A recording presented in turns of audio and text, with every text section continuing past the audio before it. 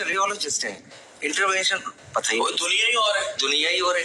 जिगर कैंसर को जलाया जा सकता है, इनकलाब ये है। जिगर कैंसर गायब हो जाएगा, खत्म हो जाएगा जिगर का सरतान। इसी तरह वो खवातीन जो फाइब्रॉइड्स के मसले का शिकार हैं, दर्दें होती हैं, सारा कुछ है, एक चीरा नहीं लगेगा मेरी बहन एंड फाइब्रॉइड का इलाज हो जाएगा। किसी को फॉलेज हुआ है, एक पासा खत्म हो गया है, अगर वो थोड़े से अरसे में टाइम में इंटरवेंशनल रेडियोलॉजिस्ट के पास चला गया है, वो लूथरा दिमाग से निकाल लिया जाएगा। इस तरह के बहुत सारे इनकलाब मेरे साथ मुल्क के मायानाज इंटरवेंशनल रेडियोलॉजिस्ट मौजूद हैं। डॉक्टर यूसुफ मेमन साहब, प्रोफेसर साहब से हम पूछेंगे सर ये मौजे कैसे हैं? एक टीका लगाया, जिगर कैंसर गायब, फाइब्रॉइड चीजें, ये कैसे हो रहा है सब? Thank you very much doctor Afan, आपने मुल्तान बुलाया मुझे और मैं आया हूँ यहाँ पे। बड़ी खुशी हुई आपका टावर देखकर। You are working great job. तो आपने मुझसे पूछा कि ये मुआवजा कैसे है। एक्चुअली मुआवजा इसलिए है डॉक्टर अफान कि हमारी जो मेडिकल जो सोसाइटी है उनकी भी अवेयरनेस काफ़ी कम है, और अनफॉर्चुनेटली ये तो बड़ी आम सी चीज़ है यूरोप और अमेरिका और इन कंट्रीज में। और इंटरवेंशनल रेडियोलॉजिस्ट का पता ही नहीं है हमारे मुल्क के अंदर। लोगों को बताते हैं कि आप क्या करते हैं डॉक्टर साहब, मैं इंटरवेंशनल रेडियोलॉजिस्ट हूँ। अच्छा, रेडियोलॉजिस्ट है, इंटरवेंशन पता ही नहीं, दुनिया ही और है, दुनिया ही और है। और उसके अंदर तो पूरा हेड टू टो इंटरवेंशन हो रही है, without surgery you are doing a lot of things. ठीक है, उसके अंदर जैसे हमने जिगर के कैंसर का जिक्र किया है, तो हम आर्टरीज के अंदर वही फीमोरल आर्टरी में गए, एक टीका और जिगर का कैंसर गायब, वो गए, उसके अंदर लिवर की वेसल्स के अंदर ट्यूमर की वेसल में गए, वहां जाके उसको एम्बोलाइज कर दिया, कैंसर की दवा दे दी, वो सुगड़ना शुरू हो गया, उसकी लाइफ बढ़ गई यार। 6 मंथ्स उसकी एवरेज लाइफ है, ना करो कुछ तो then he can live for years. Cancer गायब हो जाए तो फिर जिंदगी पूरी। इसी तरह microwave RFA percutaneously ultrasound guided हमने नीडल डाली उस ट्यूमर में, उसको जला के खत्म कर दिया। अच्छा सर, फाइब्रॉइड्स के खवातीन को दर्दें भी होती हैं, सारा कुछ होता है, इतने बड़े बड़े ऑपरेशन होते हैं, दाई माइयां पेट फूट काट के सारी जिंदगी के लिए बांझपन भी कर देती हैं, अजाब डाल देती हैं खवातीन को।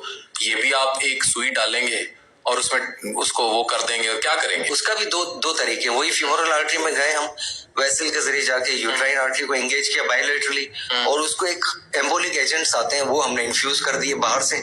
वो इन्फ्यूज किए, जो यूट्राइन आर्टरी सप्लाई कर रही है फाइब्राइड को खून, जब उसकी नरिशमेंट बंद कर देंगे आप, तो वो खुद ही सुकड़ना भी शुरू हो जाएगा और छोटा भी होना शुरू हो जाएगा, और आहिस्ता आहिस्ता वो छोटी छोटी गुठलियां रह जाएंगी, बाकी चीजें खत्म। उसे मेनोरेजिया है, ब्लीडिंग बहुत ज्यादा हो रही है, उसकी वजह से उसकी लाइफ डिस्टर्बेंस है, क्वालिटी ऑफ लाइफ नहीं रही है, और वो अनमेरिड है, वो यूट्रस निकालने के लोग कहते हैं उसको क्या होगा उस औरत का? मांच हो जाएगी, तो लेकिन एक टीका बचा लेगा, उसका यूट्रस बच जाएगा। और इस तरह से कुछ मैरिड वुमेन आती है जिसकी मिसकैरेज हो जाती है ड्यू टू फाइब्रॉइड्स, कि बच्चा गिर जाता है, वो बच्चा होता नहीं है, तो ऐसे लोगों की प्रेगनेंसी के चांसेस भी 30 to 40% बढ़ जाएंगे। बांझपन खत्म हो गया, एक टीका और बांझपन खत्म। तो ये एक बाकी एक मौजूदा है पाकिस्तान जैसे मुल्क के लिए, बट अवेयरनेस नहीं है। फाइब्रॉइड्स की वजह से जो खवातीन परेशान है, अगर अभी जाहिर है उन्होंने अगर फैमिली कंप्लीट करनी है तो वो बांझ नहीं होंगी फाइब्रॉइड्स की वजह से। और दूसरा ये कि फाइब्रॉइड्स की वजह से दर्द और उनका भी शिकार है, तो इलाज है विदाउट सर्जरी, विदाउट नो चीरा। सर फॉलेज हुआ, मैं यहाँ एक स्टोरी शेयर करूंगा। मेरे एक डॉक्टर साहब थे, मेरे दोस्त हैं, और डॉक्टर बहुत अच्छे, शाहीन नाम है उनका। और डॉक्टर, उनको ये हुआ था कि वो हॉस्पिटल से ईआर ड्यूटी करके निकले तो उनको एकदम फॉलेज का अटैक हुआ, गिर गए। ये लोगों को नहीं पता था, वो लकीली इस्लामाबाद है। मुझे आज भी वो रात याद है जब हम उन्हें इस्लामाबाद उठा के ले गए, और विदिन 4 आवर्स उनका वो लोथड़ा निकाल लिया कि आज वो शख्स fit and well and fine है। जबकि फॉलेज किसी को हो जाए तो फिर आपको पता है कि जब वो सारा इस्कीमिया हो गया, एक दफा वो दिमाग की वो डैमेज हो गई वो जगह, उसको जाहिर है ब्लड सप्लाई नहीं मिली, तो वो फिर पूरी जिंदगी के लिए वो अपाहज। ये मुआवजा कैसे करते हैं आप? ये तो डिसेबल वो जिंदा तो है, लेकिन इसमें जो अगर मैलिग्नेंट इन्फेक्शन हुआ है उसे, patient will die definitely. Patient will die, this is second leading cause of death. कि अगर बहुत मैसिव लेवल पे और अगर वो जिंदा भी बच जाएगा तो जिंदगी भर अपाहज है। क्या करेंगे? कितनी देर में आपके पास हम बंदा ले आए फॉलिज वाला, तो आप तारों के जरिए नई रिसर्च जो आई है उसके मुताबिक हमारे पास 30 आवर्स तक बंदा आ सकता है and then we can remove this. 30 घंटे के अंदर अंदर फॉलिज का अगर बंदा आपके पास हम ले आए तो आप तार वो वायर के जरिए, लोगों को आम जबान में हम बता रहे हैं, आप उसकी नस से वो लोथड़ा खींच लेंगे और वो बंदे को फॉलिज नहीं उसकी रिवर्स हो जाएगी। अब उसका एमआरएस स्कोर होता है, इसका मॉडिफाइड रैंकिन स्कोर, कि उसकी 0 is normal, 1 is mild disability or focal disability, 2 is more, 3, 4 and 5 is the death. तो अगर फर्क करके कोई 4 के ऊपर है और हमने उसका लोथड़ा निकाल दिया at the time of infarction और वो 2 पे आकर खड़ा होता है, तो this is better his life, कि उसका कम से कम लाइफ बच गई, कुछ उसकी डिसेबिलिटी कम हुई।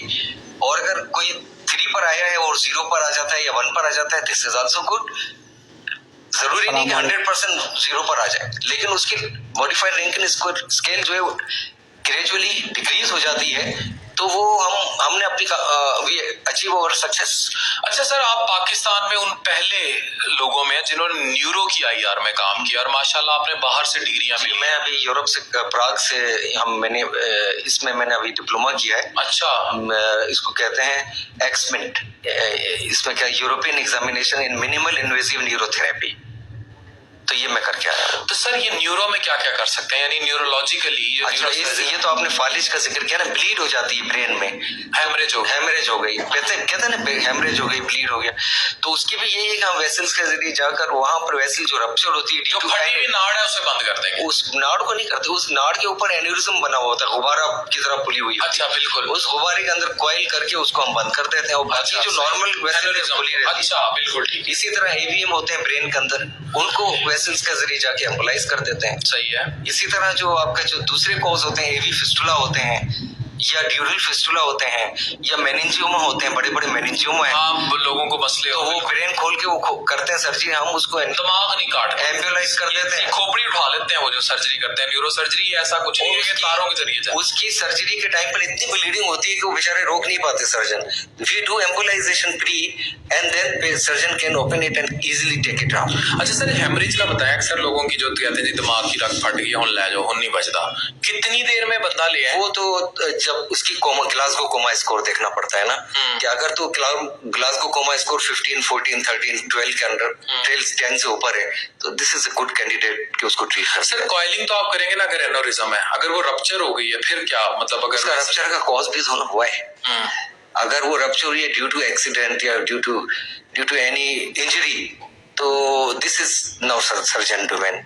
सही है, this is not our domain. अगर एनोरिज्म है तो आप उसको कॉइल कर देंगे। एनोरिज्म है, एवीएम है, ड्यूरल फिस्टुला है या और मेनिंजियोमा और ट्यूमर है जिसकी वजह से ब्लीड हो रहे हैं, तो वो आप कॉइल कर देंगे।